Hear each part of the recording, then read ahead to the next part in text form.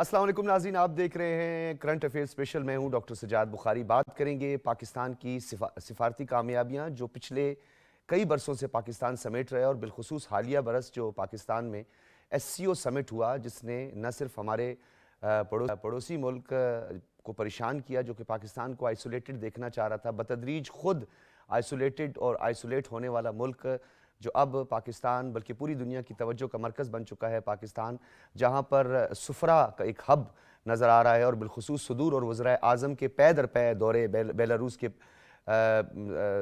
صدر کا دورہ، اور اس کے ساتھ ساتھ ماضی میں اگر ہم دیکھیں تو سعودی عرب کے ڈیلیگیشن، انہوں نے 3.2 اور پھر 3 اور 2.2 بلین ڈالرز کی جو انویسٹمنٹ جو ہم نے دیکھی، جو کہ گلف کنٹریز کی جانب سے ہوئی، اور اب پاکستان میں رجب طیب اردوان کا دورہ جو انتہائی اہمیت کا حامل ہے، جس میں تصویراتی طور پر، تجارتی اور اس کے ساتھ ساتھ دیگر جو 24 ایم او یوز ہیں اور مختلف مفاہمتی یادداشتیں، ان پر دستخط بھی ہوئے ہیں۔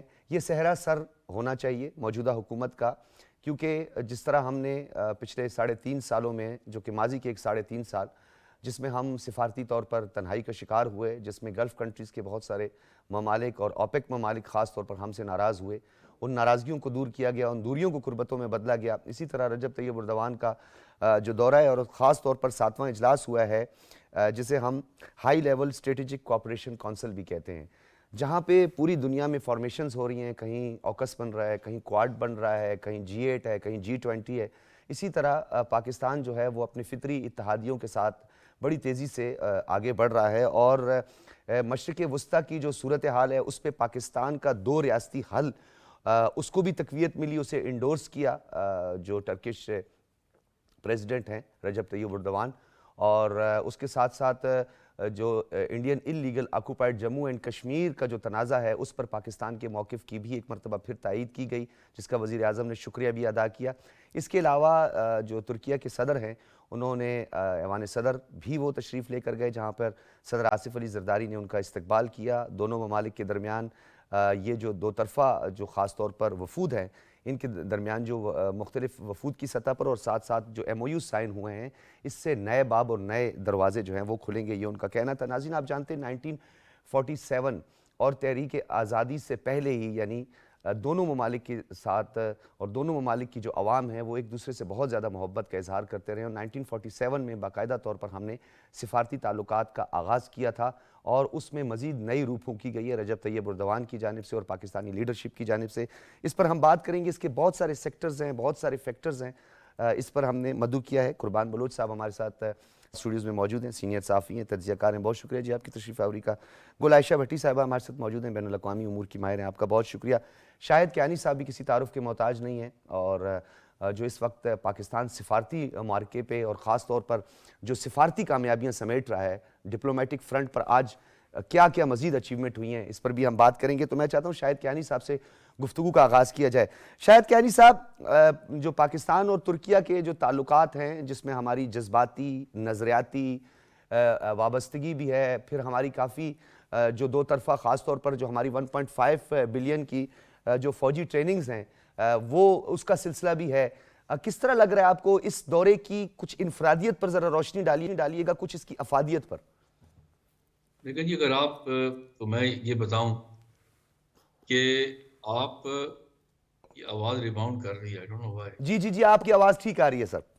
اچھا، میں یہ بتاؤں کہ اگر آپ پاکستان کے تعلقات کی بات کریں نا مختلف ممالک سے، تو آپ کسی اسکول میں، کالج، یونیورسٹی میں، سڑک پہ چلے جائیں، آپ کو 2 ملک نظر آئیں گے جن کے ساتھ عام آدمی بڑی خوشی کے ساتھ، پیار کے ساتھ بات کرتا ہے، چین اور وہ ترکی ہے۔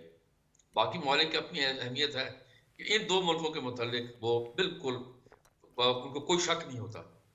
اب آپ آ جائیں ترکی کے، جو صدر اردوغان ہیں، ان کی سب سے بڑی خوبصورتی یہ ہے کہ انہوں نے سکسیسو جو لیڈرشپ پاکستان میں جب بھی آئی ہے، ان کے ساتھ ایک بڑا بہترین ریپو بنایا ہے، اور پاکستان کی جو ہے جو ہماری کوششیں ہیں مختلف جگہ پر انٹرنیشنل فورم پہ سپورٹ کرتے ہیں۔ آپ نے اپنی کشمیر کی بات کی، یہ واحد ہیں لیڈر ہیں، کیا نام، کسی جگہ کسی ملک کے، جنہوں نے یونائٹڈ نیشن جنرل اسمبلی کے اندر مختلف جگہ پر انہوں نے تنقید کی ہندوستان کی، اور جو انہوں نے جو آرٹیکل 370 کو ہٹایا اس کے متعلق وہ تنقید کی، اور یہ پاکستان کے ساتھ ساتھ کھڑے ہوئے ہیں۔ یہ بڑی امپورٹنٹ ہے، اس کی یہ اہمیت جو ہے بہت امپورٹنٹ ہے.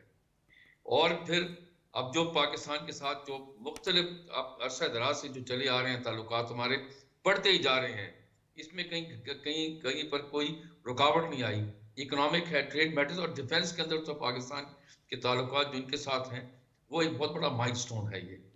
تو جب آپ, اور پھر ان کی بہت ساری کمپنیز ہیں جو پاکستان کے اندر کام کر رہی ہیں, کیونکہ جب آپ کی بزنس اور ملٹریز انٹرسٹ بڑھتا ہے تو وہ پھر پیپل ٹو پیپل کانٹیکٹ کو بڑھاتا ہے, اور یہ جیل ہے جو ریلیشن شپ کو اور بڑھاتی ہے. تو ہم سمجھتے ہیں کہ یہ صدر اردگان صاحب کی جو اس وقت وزٹ پاکستان میں ہو رہی ہے, یہاں پر کئی چیز دستخط بھی ہوں گے, ایک اگریمنٹ سائن ہوگی, یہ ایک جیسے کہتے ہیں نا another milestone ہوگا. ریلیشن شپ انلارج ہو رہی ہے, بڑھ رہی ہے اور اسٹرینتھن ہو رہی ہے. اچھا کیانی صاحب نے جس طرح بات کی قربان بلوچ صاحب کے پاکستان اور ایک ایموشنل اٹیچمنٹ کا بھی ذکر کیا کہ دو ممالک ہیں, ایک تو ہمارا بہت پیارا دوست چین ہے اور اسی طرح ترکیہ بھی ہے. یہ بتائیے کہ بوتھ سائڈ پہ جو پوٹینشل ہے کس طرح ہم ایک دوسرے سے مزید استفادہ, کیونکہ ڈیفنس پروڈکشن ٹریننگز کے حوالے سے خصوصی 2018 کا جو ایگریمنٹ ہے اس پہ بھی کام ہو رہا ہے. 1980s کا جو ہمارا وسعت دینے کا تھا, دفاعی معاہدہ تھا, اس کو بھی وسعت دی جا رہی ہے, اس پہ بھی کام مزید, اور اس کو مزید ابھی انڈورس بھی کیا گیا ہے. اور کون کون سے ایسے شعبہ جات ہیں جس پہ کام ہو سکتا ہے؟ بالکل, میں اسی بات پہ آؤں گا. پہلے کیانی صاحب نے جہاں بات چھوڑی میں اس کو تھوڑا سا آگے بڑھاؤں گا. نہ صرف اس خطے کے مسلم اور ترکیہ کے عوام کے تعلقات جو تاریخی طور پہ جس کا آپ نے ذکر کیا, ترکی قیادت اور پاکستان کی قیادت کی جو ذاتی تعلقات ہیں یہ ایک اور فیکٹر ہے. میاں سابق وزیر اعظم میاں نواز شریف, وزیر اعظم میاں شہباز شریف اور ترکیہ صدر رجب اردوغان کے جو تعلقات یہ ذاتی ایک نوعیت کے تعلقات ہیں. اور آپ کو یاد ہوگا کہ جب ترکیہ کے پریزیڈنٹ کی بیٹی کی شادی ہوئی تو سابق وزیر اعظم میاں نواز شریف کو دعوت دے دی گئی تھی اور وہ اس میں گواہ بنے تھے. بالکل. اور جہاں صدر زرداری کے تعلقات کی بات ہے تو اس کے پاس تو ایک انوکھا دوستی میں, سیاست میں, مفاہمت میں, اس مفاہمت میں اس کا انوکھا ایک ہے. اس کے ساتھ ایک زرداری صاحب وہ جو کہتے ہیں ایک زرداری سب سے یاری, بڑا زبردست. اس کے سہر میں جا کے نکلنا بہت ایک مشکل مرحلہ ہے. وہ جب جیل میں ہوتے تھے راولپنڈی میں احتساب کورٹ میں تو ہم جاتے تھے. آپ یقین جانیں کہ بہت سارے لوگ, اس وقت کوئی یہ تصور نہیں تھا کہ زرداری صاحب آگے چل کے سیاست میں اتنے بڑے عہدے پہ جائیں گے یا پارٹی کو لیڈ کریں گے, لیکن اس کے باوجود سینکڑوں لوگ قطاروں میں کھڑے ہوتے تھے کہ اس سے ملنا ہے, اور ایک مرتبہ اس سے مل لیا تو اس کے بعد اس کی دوستی پکی لگ گئی. تو ایک تو یہ فیکٹر الگ سے ایک فیکٹر ہے. جہاں بات ہے کہ کون سے سیکٹرز ہیں جہاں دونوں ممالک آگے بڑھ سکتے ہیں, تو میں سمجھتا ہوں کہ اگر ہم یہ بات کریں کہ دونوں ممالک کے درمیان جو اسٹریٹجک شرکت داری ہے یہ ایک وسیع ایک ٹرم ہے. اسٹریٹجک پارٹنرشپ تو اپنی جگہ ایک ایگزسٹ بھی کرتی ہے اور اس پہ کام بھی ہو رہا ہے, لیکن جو ٹورزم کے حوالے سے اور جو خاص طور پر ہمارا کلچرل جو ایک دوسرے کے ساتھ تعلقات ہیں, خاص طور پر ثقافتی تعلقات, تقریباً 24 معاہدے اور ایم یوز ہوئے ہیں. اس میں ایک air force electric warfare M U بھی شامل ہے. بالکل شامل ہے. اور آپ کو ابھی پتہ ہونا چاہیے کہ ڈرون ٹیکنالوجی میں ترکیہ بہت آگے ہے, مینوفیکچرنگ سائٹ پر پاکستان کے اور ان کے خاص طور پر ایئر کرافٹس کے حوالے سے اور جنگی طیاروں کے حوالے سے. روس جیسا ملک اس سے استفادہ کر رہا ہے. تو موجودہ حالات میں جہاں ہم فیوچر میں ٹیکنالوجی کی طرف ساری دنیا بڑھ رہی ہے, پاکستان کو بڑھنا ہے, تو پاکستان کو ایک فیکٹر. دوسرا آپ نے سیاحت کی بات کی. اب اینول جو سیاحت انکم ہے ترکیہ کی وہ 61 ارب ڈالر ہے پر ایئر. 61 billion dollar. جی. تو آپ, اور دوسرا یہ ہے کہ ترکیہ ہب ہے اور کاریڈور ہے ٹو یورپ. آپ اس سے استفادہ اٹھا کے اپنے پاؤں پہ کھڑے ہو سکتے ہیں, اور یہ جو قدرتی ہمارے پاس سارا سیگمنٹ ہے سیاحت کا, اس سے فائدہ اٹھا سکتے ہیں. گلائشہ بھٹی صاحبہ یہ بتائیے گا کہ اس کا امپیکٹ اوورآل اگر ہم دیکھیں کہ جہاں پاکستان کو آئسولیٹ کرنے کا خواب دیکھا جا رہا تھا, وہیں پہ پاکستان جو ہے ایک سفارتی ہب بنتا ہوا ہمیں نظر آیا. سفرا کے دورے, پھر یورپی یونین کے وفود کا یہاں پہ آنا, اس کا اوورآل جو ہے ہماری اکانومی پر کیا امپیکٹ ہوگا؟ دو طرفہ تعلقات پر تو جہاں ہوتا ہے, لیکن اس ہماری اکانومی پہ کیا اس کا امپیکٹ ہوگا؟ تھینک یو ڈاکٹر صاحب. دیکھیں کوئی بھی ملک آئسولیشن میں نہیں رہ سکتا. ہم کہتے ہیں جب ایک گلوبل ولیج ہے پوری دنیا اور اس میں ویل کنیکٹڈ ہونا بہت ضروری ہے. پچھلے 2-3 سالوں میں ہم نے دیکھا ہے کہ کنیکٹیوٹی بجائے ختم ہونے کی انکریز ہوئی ہے. جتنے سکسیزفل ایونٹس اور انٹرنیشنل ڈیلیگیشنس کو ہم نے اٹینڈ کیا ہے اور کتنا پیسفل ہم نے وہ اگریمنٹ سائن کروائے ہیں. SCO کا میٹنگ آپ کے سامنے, پھر اس کے بعد بیلاروس کا پورا وفد یہاں پہ موجود تھا, ان کے پریزیڈنٹ آئے. یس, اور پھر اس کے بعد دیکھیں رشیا کا 75 ڈیلیگیشنس کا وفد آیا تھا اور وہ اٹس اے بگ اچیومنٹ. اور اس میں آپ دیکھیں کہ ہم ہر طرف سے, کیونکہ ہم ایک ملٹی لیٹرل ورلڈ میں رہ رہے ہیں نا, جس میں آپ یہ نہیں کہہ سکتے کہ صرف امریکہ ہی سپر پاور ہے یا کوئی ایک ہی. ملٹی لیٹرل ورلڈ میں پوری دنیا میں بڑی پاورفل اسٹیٹس ہیں, اور ہماری جو فارن پالیسی ہے وہ آہستہ آہستہ ہم جیو اکنامکس کی طرف اس طرح لے کے جا رہے ہیں کہ سب کے ساتھ ریلیشنز ڈیولپ کیے جائیں. جہاں جہاں ہمیں اپرچونٹی نظر آتی ہے وہاں پہ ہم ڈیولپمنٹ کریں. As far as Turkey is concern, تو آپ دیکھیں کہ ان کے ساتھ ہمارا بہت پرانا ریلیشن ہے, اور اس ریلیشن میں کنورجنس آف انٹرسٹ بہت زیادہ ہے, اور اتنا زیادہ لیکن ہمیں محتاط کتنا رہنا پڑے گا, کیونکہ آپ نے جیو اکنامکس کی بات کی, تو جیو پالیٹکس کو ہم نظر انداز نہیں کر سکتے, کیونکہ یہ بہت زیادہ میٹر کرتی ہے. اور ابھی خاص طور پر ابھی اس حوالے سے آپ پوری دنیا میں نئی صف بندیاں ہو رہی ہیں, تو ہم بھلے اس کو ڈکلیئرڈ نہ کریں, لیکن کوئی صف بندی جو ہے فطری اور کچھ فطری اتحادی, ان کو اکٹھا کرنا, اور ترکی خاص طور پر. آپ نے ایک بہت اچھا سٹارٹ میں ایک ورڈ بولا تھا, دیٹ واز کہ وہ ہماری فطری الائنس ہے ان کا, اور وہ ہمارا بہت عرصے سے, ایون پاکستان بننے سے پہلے بھی, اور اس کے بعد بھی آپ دیکھیں کہ جب سینٹو بنا تھا اگینسٹ USSR, تو ٹرکی اور پاکستان اس میں بھی الائنس میں شامل تھے اس میں. تو وہ ہمارا ایک جو ڈیفنس کا جو ایلیمنٹ ہے وہ ہمیشہ ساتھ رہا ہے. اور جہاں ایز فار ایز کہ اس جو صف بندی ہے, یہ جو الائنس کا جو سسٹم ہے, اس میں بھی یہ دیکھیں کہ ہر فورم پہ ہمارا جو بیانیہ ہے وہ ایک ہوتا ہے. اگر آپ وہ کشمیر کو لے لیتے ہیں تو اس میں سیم بیانیہ ہے. آپ اس میں اگر آپ مڈل ایسٹ کی سچویشن میں فلسطین کے ایشو کو دیکھتے ہیں, تو ابھی جو پریزیڈنٹ ٹرمپ ہے, انہوں نے جو بھی پالیسی انہوں نے اناؤنس کی ہے فلسطین کے لیے, جس میں فلسطینیوں کو خالی کر کے میں اس کو ایک ریکنسٹرکٹ کروں گا, اس میں پاکستان نے جو اپنا اوپینین دیا وہی بالکل وہیں سے آیا. پھر تیسرا جو ہے وہ ہے دیٹ از کہ جو اسلاموفوبیا پہ جو انٹرنیشنلی پاکستان نے جس طرح سے اپنا موقف پیش کیا, بالکل ایسا ہی جو ہے وہ ترکیہ کی طرف سے بھی سامنے آتا ہے. اور UN میں بھی انہوں نے اس کو انڈورس کیا. دونوں نے ایک دوسرے کو ہمیشہ ایک دوسرے کے اوپینین کو انڈورس کیا, اور یہ بہت بڑی بات ہوتی ہے کہ آپ اس کو کہتے ہیں کہ اتنا میکسیمم کنورجنس آف انٹرسٹ ہے کہ یہ ایونچولی آپ کی سوسائٹی میں بھی آتا ہے. تو سوسائٹی میں بھی آپ کو نا وہ اوپننیس اور وہ they are good towards each other. حالانکہ آپ دیکھیں آن دا ادر ہینڈ امریکہ کے ساتھ ہمارے بہت اچھا ریلیشن ہے, بٹ آپ کو اتنے اچھے سینٹیمنٹ سوسائٹی میں نظر نہیں آئیں گے. لیکن جب آپ ترکیہ کی بات کرتے ہیں, یا جس طرح سر بتائے تھے کہ آپ چائنا کی بات کرتے ہیں, تو وہ پبلک سینٹیمنٹ بھی ٹورڈز دیم ہے. تو اٹس اے فل فلیج الائنس کا ایک آپ کو سینیریو نظر آتا ہے. ٹھیک ہے. اچھا کیانی صاحب, یہ خاص طور پر یہ دونوں فیکٹرز کا تو میرے جو معزز مہمان ہیں انہوں نے ذکر کیا. ہم تھوڑی سی بات کر لیتے ہیں اپنے جو انوائز اور سفرا کی بات کر لیتے ہیں. کیا ان کو بھی اس کا کریڈٹ دینا پڑے گا؟ کیونکہ جہاں پاکستان میں ٹیررزم کے حوالے سے بات ہوتی تھی, آج کچھ عرصہ قبل ویسٹ انڈیز کی ٹیم یہاں پہ موجود تھی, اب پاکستان میں چیمپئنز ٹرافی ہو رہی ہے, اسی دوران جو ہے ٹرکش پریزیڈنٹ یہاں پر آتے ہیں. اس کا کیا ورلڈ وائڈ کیا امپیکٹ ہوگا؟ اور جو ہمارے سفراء ہیں, ہمارے انوائز ہیں, کیا ان کو مزید, آپ کو نہیں لگتا کہ ان کو کام کرنے کی ضرورت ہے؟ میں آپ کو بتاؤں, میں خود بھی کیونکہ سفیر رہا ہوں اور جونیئر لیول سے آگے جاتا رہو, آپ کے جو سفارت خانے ہیں یا کسی ملک کے سفارت خانے, وہ ایئرز اینڈ آئیز ہوتے ہیں. وہ ہیں جو آپ کو ہیڈ کوارٹر کو بتاتے رہتے ہیں کہ جی, کیونکہ آپ ہوسٹ گورنمنٹ کے ساتھ ایک 24/7 ایک نیگوسیشن کر رہے ہوتے ہیں. ان کی بات ہماری, ان کی بات ان کو بتا رہے ہیں, ان سے ان کی بات اور اپنے ہیڈ کوارٹر بتا رہے ہیں. اس لیے پالیسیز بنتی ہیں اور جو ہے انڈرسٹینڈنگ ڈیولپ ہوتی ہے. سفارت سفیروں کا بہت امپورٹنٹ رول ہے, یہ جسے انگلش میں کہتے ہیں نا کورس کریکشن کرنا. یہی بتاتے ہیں ہیڈ کوارٹر کو کہ جی یہ ریلیشن شپ اس طرح چل رہا ہے, اب ہمیں اس طرح چلنا چاہیے. ظاہر ہے کہ اوپر سے جو ڈائریکشن ہے وہ پولیٹیکل اتھارٹیز دیتی ہیں, وہ بڑا امپورٹنٹ ہے, لیکن فارمولیشن جو ہے, جو ایڈوائز ہے وہ دیتے ہیں, اور اس کے بعد پولیٹیکل اتھارٹیز ان کو بتاتی ہے کہ جی اب اس کو اس طرح چلیں آپ.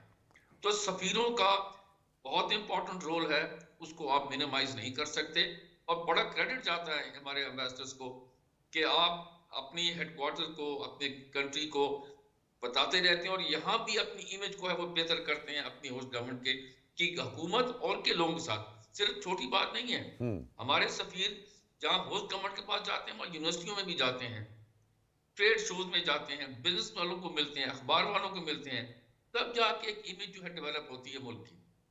ایک بات.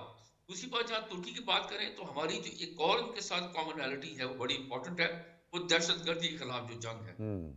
ترکی کے اندر بھی دہشت گردی ہو رہی ہے, وہ ہوتی رہی ہے, ہمارے ملک بھی ہے. یہاں پر ہم دونوں ایک دو جو ملک ہیں اس دہشت گردی کی جو ہماری انڈرسٹینڈنگ ڈیولپ ہوئی ہے اس میں ہم کولیبریٹ کر رہے ہیں آپس میں. اس کا ڈیفینس کے ساتھ بڑا امپورٹنٹ تعلق ہے. لیکن دہشت گردی ایک ایسا چیز ہے جو دونوں کے لیے مصیبت بنی ہوئی ہے اور دونوں آپس میں کوآپریٹ کر رہے ہیں, انڈرسٹینڈ کر رہے ہیں کہ اس کو کیسے اس کے ساتھ نپٹا جائے. یہ بہت ہی امپورٹنٹ ہے. اچھا یہ کیانی صاحب مختلف اس کے ادوار میں مختلف وفود کے سطح پر یا ایک دوسرے کا مشکل میں کام آنا یا تو اپنے جذبات اور خیالات کا تبادلہ کرنا, لیکن جو ریسنٹ کیٹسٹرافی ہوئی, ایک بدترین جو ارتھ کوئک کا سامنا کرنا پڑا اور استنبول کی تباہی ہمارے سامنے, تو رضاکاروں میں سب سے پہلے پاکستانی رضاکار پہنچے اور ایک بہت بڑی تعداد میں رضاکاروں کو خود خوش آمدید کہا رجب طیب اردوان نے. تو آپ کیا سمجھتے ہیں کہ یہ جو جذباتی تعلقات ہیں اس پہ مزید کتنا کام کرنے کی ضرورت ہے؟ یہ 2005 میں جب زلزلہ پاکستان میں آیا تو جہاں پر دنیا کے اور لوگ آئے اور مدد کی, بڑی اس کو ہم نے اکنالج کیا, ترکی والوں کا سب سے پہلے یہاں پر ایک بڑا نیچرل رسپانس آیا. پھر جب یہاں ترکی میں زلزلہ آیا اسی طرح سے ایک پتہ ایک نیچرل ایک ریاکشن ہوتا ہے جس میں عوام اور حکومت کٹھی ہوتی ہے کہ ہاں جی ان کی مدد کرنی چاہیے. تو وہاں پر رضاکار بھی گئے اور دوسروں نے بھی کیا اور مدد بھی کی. یہ نیچرل تھا اور اس پہ کسی کو حیرانگی نہیں ہوئی. ترکی نے اپریشیٹ کیا اس چیز کو, اور ہم ایک دوسرے کے ساتھ اگر کوئی نیچرل ڈیزاسٹر ہو جائے یا کوئی چیز ہو جائے ایک دوسرے کو ایک دم سے ہم ہیلپ کرتے ہیں اور کیونکہ انڈرسٹینڈ کرتے ہیں, ہمیں دوسروں کا ہمیں پتہ ہوتا ہے کہ کیا ریاکشن ہوگا, ہمیں حیرانگی نہیں ہوتی اس چیز کی. ایک نیچرل ایک بانڈ بنا ہے پاکستان کی حکومت اور لوگوں کا. تو یہ بڑی امپورٹنٹ. آج دیکھیں آج صدر جب یہاں آئے ہوئے ہیں, آپ دیکھیں ایک دم سے یہ ہمیں پتا چلا کہ وہ آ رہے ہیں, انڈونیشیا سے آئے ہیں وہ اور یہاں پر آئے ہیں اپنے. اور پھر کسی نے بالکل ٹھیک کہا کہ جو لیڈرشپ ہے نا پاکستان کی اس وقت ان کا ایک بڑا نیچرل وہ ایک ریپو ڈیولپ ہوا ہے صدر اردوغان کے ساتھ. تو یہ آپ دیکھیں کہ وزیر اعظم صاحب نے وہ ایک اپنی ٹویٹ بھی کی ہے جس کے اندر ترکی لینگویج میں بتایا. تو یہ نیچرل چیز ہے جو ڈیولپ ہوئی ہے اور یہ بتدریج انلارج ہو رہی ہے ریلیشن شپ. اچھا کیانی صاحب, آپ نہیں سمجھتے کہ بیلٹ اینڈ روڈ انیشیٹو کے بعد اور ریجنل کنیکٹیویٹی میں پاکستان اور بالکل جو پاکستان کا بالخصوص جو فلیگ شپ منصوبہ ہے اس سے بھی مزید وسعت ملی ہے اور تقویت بخشی ہے؟ اس ریجنل کنیکٹیویٹی نے بھی ان دو طرفہ تعلقات کو جو خاص طور پر اکنامک جو ریلیشن شپ ہے. دیکھیں جی سی پیک کے متعلق جو میں نے خود پڑھا ہے کہ ان کا انٹرسٹ ہے کہ سی پیک کیسا بننا چاہتے ہیں. دیکھیں کیا ہوتا ہے, اس کی ایک اور وجوہات بھی ہیں کہ سینٹرل ایشین ریپبلک کے ساتھ ان کا بھی وہ ہے اور ہمارا بھی, ہم بھی چاہتے ہیں کہ اس کے ساتھ کنیکٹ کیا جائے. تو یہ بی آر آئی کا یہ سی پیک ہے اور میں سمجھتا ہوں کہ اگر ہم سی پیک میں ان کو ویلکم کریں گے, کیونکہ چین بھی چاہے گا کہ وہ اس کا حصہ بنے کیونکہ کنیکٹیویٹی سب سے امپورٹنٹ چیز ہے. میں ایک اور بات کہوں آپ کو, پاکستان اور ترکی کی جو ٹریڈ ریلیشن شپ ہیں, جو ہماری ٹریڈ ہے اس کی وہ اپٹیمم لیول پہ ہم نہیں پہنچے. اس کی ایک اور وجہ ہے کہ ڈائریکٹ شپنگ نہیں ہے. جی ہاں, ہمیں کوشش کرنی چاہیے کہ کراچی اور استنبول کو ساتھ ملایا جائے تاکہ جب ڈائریکٹ جب بھی آپ کی ٹریڈ ہوتی ہے تو اس سے وسعت ملتی ہے, انلارج ہوتی ہے ٹریڈ ریلیشن شپ. اچھا یہ آپ نے بڑا کیانی صاحب آپ نے بڑا اہم جو ہے یہ نقطہ اٹھایا ہے قربان بلوچ صاحب, جہاں ہم دیکھ رہے ہیں کہ سینکشنز کے باوجود, جس کی ہم نے ہمیشہ ہر فورم پر مخالفت کی ہے کہ کسی ملک پر بھی معاشی پابندیاں نہیں ہونی چاہیے, ایران کے ساتھ $22 بلین سے بھی اب تجاوز کر چکا ہے جو ٹریڈ ہے ٹرکی کا, اور اسی طرح دیگر ممالک کے ساتھ. ہمیں کہنا پڑے گا کہ ہماری ٹریڈ بہت کم ہے جو ٹرکی کے ساتھ ہونی چاہیے تھی. بالکل آج اسی پہ بات ہوئی ہے اور بات یہ ہوئی ہے کہ اس دونوں ممالک کے درمیان جو تجارت ہے اس کو $5 ارب پر لے جایا جائے. اگر ہم 20 کی بات کریں کہ دونوں ممالک کے درمیان جو تجارت کا ہجوم رہا ہے کروڑوں ڈالر سے اب بلینز میں ہمیں جانا چاہیے, 1.4 ارب رہا ہے. اور پاکستان میں جو صورتحال پولیٹیکل اور باقی انتخابات اور سارے مراحل رہے اس کے باوجود اس میں 30% اضافہ ہوا تھا تجارت. جی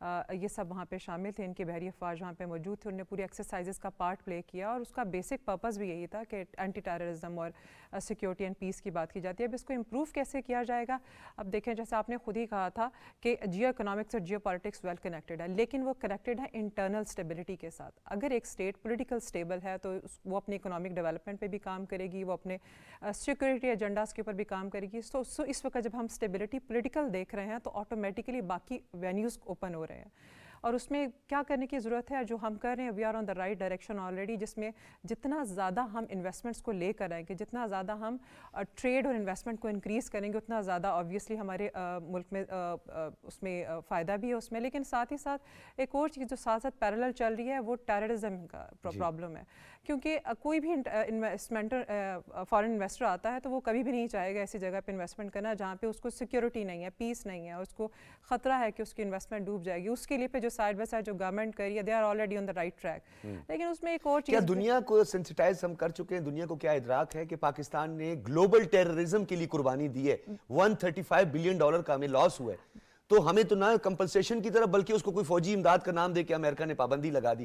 ذرا اس پہ تھوڑی روشنی ڈالیے گا. بالکل, پابندی تو امریکہ نے پاکستان کے ساتھ ساتھ باقی ساری دنیا پہ بھی لگا دی ہے, صرف انہوں نے اس میں سے اسرائیل کو چھوڑ دیا, باقی سب پہ پابندی لگا دی ہے, جو کہ ہائیلی انجسٹس ہے. اس کی اچھا, پابندی شاید یہ اس کا یہ امپریشن جاتا ہے نا کہ جی پابندی اس لیے کہ کوئی ہمیں امداد مل رہی تھی, ہمیں تو $135 بلین کی کمپنسیشن. ہم ایکوالٹی کی بیسس پہ آ کے ہم کام کر رہے تھے, اور دوسری بات ہے کہ پاکستان سے اچھا پارٹنر ان کو ریجن میں اور کہیں نہیں ملے گا امریکہ کو. یہ بات ان کو جلدی ہی سمجھ آنی چاہیے. مسٹر ٹرمپ جو بھی ابھی تک ایگزیکٹو آرڈرز پاس کر رہے ہیں نا, وہ سارے اٹس اے کائنڈ آف کہ ایوری ڈے ہم شاک مل رہا ہے, اور وہ ہمیں نہیں پوری دنیا کو ہی شاک مل رہا ہے. کبھی وہ کینیڈا کے اوپر لگا رہے ہیں, کبھی وہ میکسیکو کو پکڑ رہے ہیں, کبھی چائنا پہ بلینکٹ ٹیرف لگا رہے ہیں. سو وہ تو اس کو تو جسٹ فرگیٹ اباؤٹ اٹ, وہ جو بھی کریں وہ سب ہی اسی پرابلم ہے. بزنس مین, ان کو سمجھ نہیں آ رہی کیا کرنا چاہیے.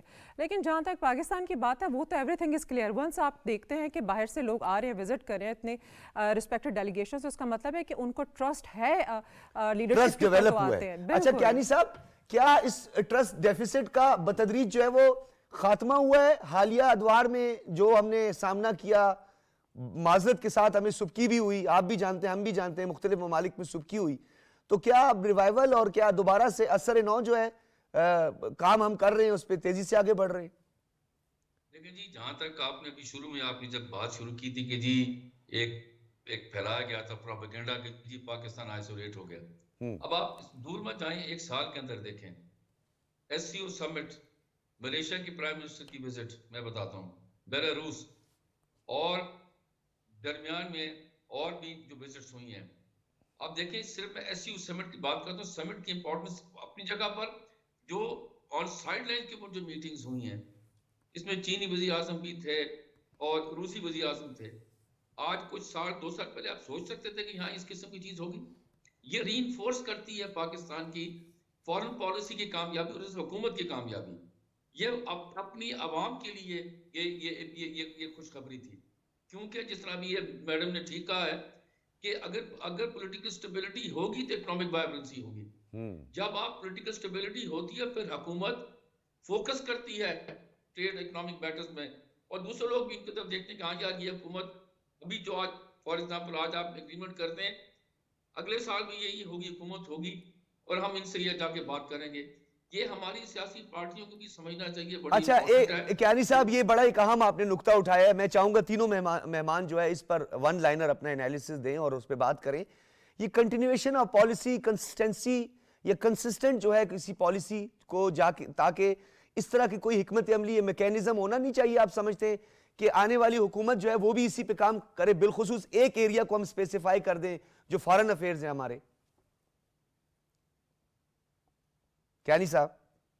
جی ہاں بالکل جی. دیکھیں میری بات سنیں, میں آپ کو یہ بتا دوں کہ ساری دنیا کے اندر یہ ہے کہ ان اسکیل آف 1 to 10 8.5 تک جو اگلی حکومت آتی ہے وہ پچھلی حکومت کی پالیسیز کو جاری رکھتی ہے, کیونکہ وہ نیشنل انٹرسٹ میں ہوتی ہے, عوام کی انٹرسٹ میں ہوتی ہے, اس کو وہ لے کے چلتے ہیں. ٹھیک ہے, ایک دو چیز کو چھوڑ دیں گے. وہ ہمارے ملک کا سب سے بڑا ظلم المیہ یہ ہے کہ اگلی حکومت آتی کرتی, پچھلے سب ٹھیک بھی کیا, یہ چیزیں ٹھیک نہیں. اس لیے انویسٹر کو دھچکا لگتا ہے کہ یار یہ تو پہلے پالیسی یہ تھی, اب کوئی اور آ گئی ہے, میرے خیال اس ملک کو چھوڑیں کہ آگے چلیں.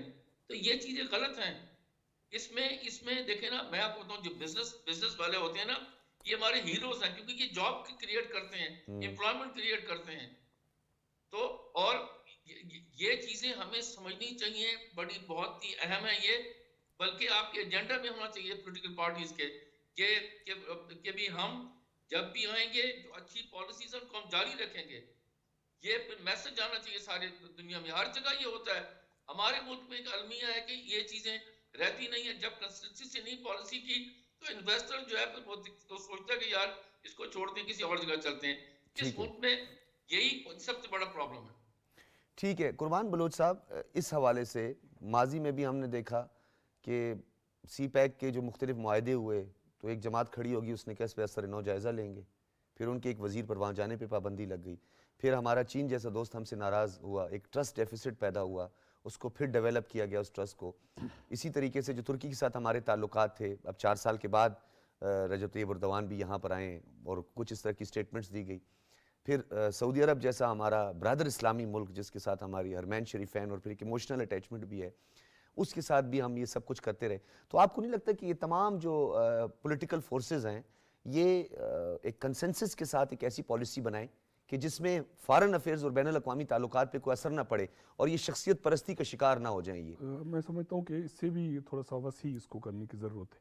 ماضی میں میثاق جمہوریت ہمارے سامنے ہے, آپ کے سامنے ہے, شیخ بنظیر بھٹو سابق وزیر اعظم میاں نواز شریف, اس کے بعد اس کے جو نتائج یہ ہیں کہ آپ کی پارلیمان, آپ کے انتخابات, آپ کے جو سسٹم سر سی او ڈی میں تو دیکھیں نا ہمارے جو انٹرنل جو ہمارے ڈومیسٹک ایشوز ہیں ڈیفینیٹلی اس کو زیادہ کام ہوا ہے اس کے بعد میں سمجھتا ہوں کہ معاشی صورتحال, معاشی جو چیلنجز ہیں اس کے حوالے سے ہونا چاہیے, ڈیفینس دہشت گردی کے حوالے سے ہونا چاہیے, فارن ریلیشن کے حوالے سے sir special investment facilitation council بنائی گئی, یہ واحد ایک ایسا شیلٹر ہے, ہم یہ سمجھتے ہیں کہ اس میں کنسسٹنسی ہمیں نظر آ رہی ہے. اس پہ اور نہیں آپ کو لگتا کہ کام کرنے کی ہمیں ضرورت ہے تاکہ کنسسٹنٹ پالیسیز میں ایک سیاسی اس کا جو پہلو ہے اس کو بھی سمیٹنے کی ضرورت ہے. یہ بارہا وزیر اعظم میاں شہباز شریف فلور دی ہاؤس یہ انویٹیشن, یہ دعوت دے چکے اپوزیشن کو. پاکستان پیپلز پارٹی کے چیئرمین بلاول بھٹو زرداری دے چکے. باقی اپوزیشن کے لیے دعائی کر سکتے ہیں کہ وہ ہوش کے ناخن لیں اور اس چیز کو دیکھیں. آپ اگر میڈم سے سوال کرنے جا رہے ہیں تو میڈم سے سوال کریں. میں جو ترک صدر کے جو آج جو ایونٹ رہے اس میں ایک نکتہ ہے جس ضرور آپ کریں, میں میڈم کی طرف چلا جاؤں گا سر, وہ یہ قریب یہ دور نہیں ہے. وہ ایک تو یہ ہے کہ 2 سرخیاں ہیں آج پاکستان کی پریس کے لیے, عوام کے لیے, میڈیا کے لیے. ایک F8 والے جی بالکل ایگزیکٹلی, میں انتظار میں تھا, آپ بولیں نا سر, سب میں نے بول دیا. دوسرا یہ ہے کہ اس دورے کے بہانے وہ مبینہ خط والا جو معاملہ تھا وہ چوپٹ ہو گیا, اس سے جان چھوٹ گئی. اور F8 کا جو فلائی اوور ہے, جی بالکل, اور جو میسج دیا گیا اور جس صحافی نے یا جس ہمارے کلیگ نے جا کے سوال کیا, ویل ڈن. یہ چیز جو ایک بخول بنا ہوا تھا, ایک جو خول بنا ہوا تھا, انہوں نے ٹھیک کہا, ان کا وزیر اعظم کو بھیج دیں, اور کہا گیا کہ بھائی ایک تو ملا نہیں, ملے گا تو میں پڑھوں گا. وزیر اعظم صاحب میرا کام نہیں ہے.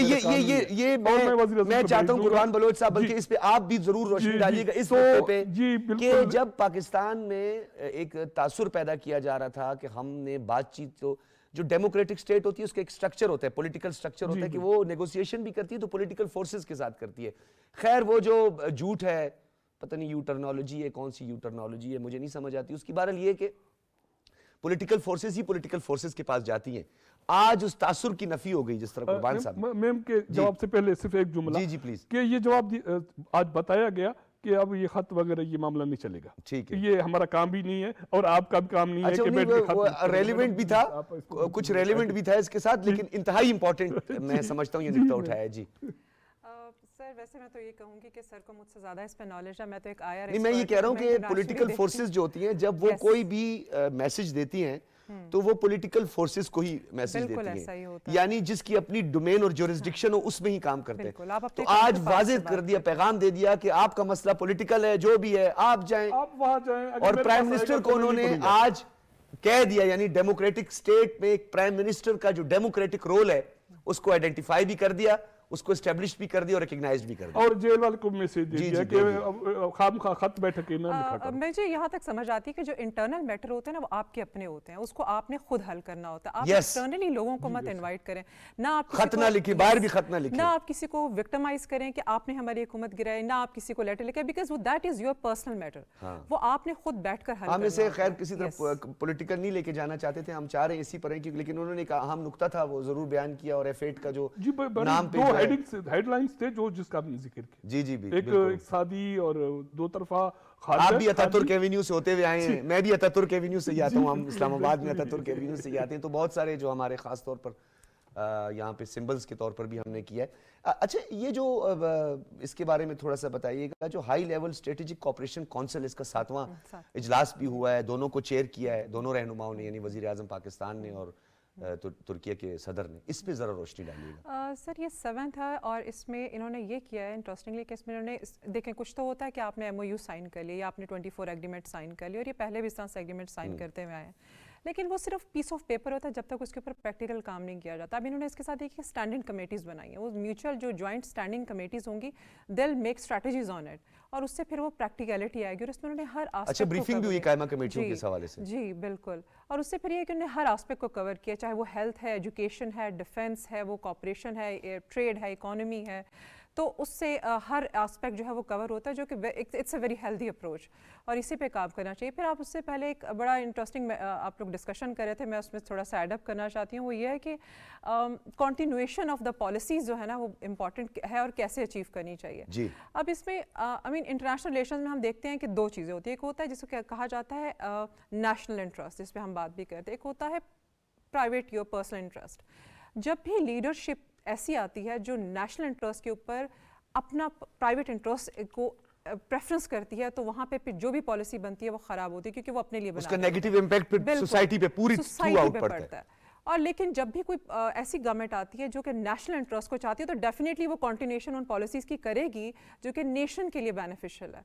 تو ادروائز جب ہم دیکھتے ہیں مسٹر ٹرمپ نے بھی آ کے کچھ ایسے آرڈرز ایگزیکٹو آرڈرز پاس کیے ہیں جس پہ جو ڈیموکریٹس ہیں وہ کہہ رہے ہیں یہ کیا کیا ہے, کیونکہ ہم تو اس کے اگینسٹ جا رہے تھے, بٹ اسٹل بہت ساری ان کی ہیلتھ اور ان کی ایجوکیشن سے ریلیٹڈ بہت ساری ایسی پالیسیز ہیں ان کی سوسائٹی کے لیے جو ویسے ہی چلتی چلی آ رہی ہیں, جو کہ بہت امپورٹنٹ ہے کہ اس کی کنٹینیوشن ضروری ہے. As far as the foreign policy is concern, yes I agree with my colleagues and with you کہ اس میں کنٹینیوشن ضروری ہے, اور اس میں ایک اور بات بھی ہے جس میں آپ کو ایکسپرٹس بٹھانا بہت ضروری ہے. وہ فارن پالیسی کے آپ کے پاس جے شنکر کی ایگزامپل ہے, آپ کے پاس رشیا کے جو جے شنکر کو بھی ہم بٹھا رہے تھے کہ آپ بیٹھ جائیں, کافی شافی بھی پلائیں گے, وہ تو ابھی نکل گئے یہاں سے. لیوروف کی ایگزامپل ہے رشین میں, دے آر ایکسپرٹ. سوچیں ان کی جتنی ہماری جتنی ایج ہے, ان کا فارن آفس کا ان کا ایکسپیرینس, اور ہمارے پاس اتنے ایکسیپشنلی گڈ بیٹھے ہوئے ہیں ہمارے پاس بہت سارے ایکسپرٹس جن کو آپ یہ پوزیشنز دے سکتے ہیں, کیونکہ وہ جو فارن پالیسی ایکسپرٹس ہیں نا وہ وہی لوگ جن کو نو ہو ہے وہ چلائیں گے. پولیٹیکل پوسٹ نہیں ہونی چاہیے, مجھے ایسا لگتا ہے.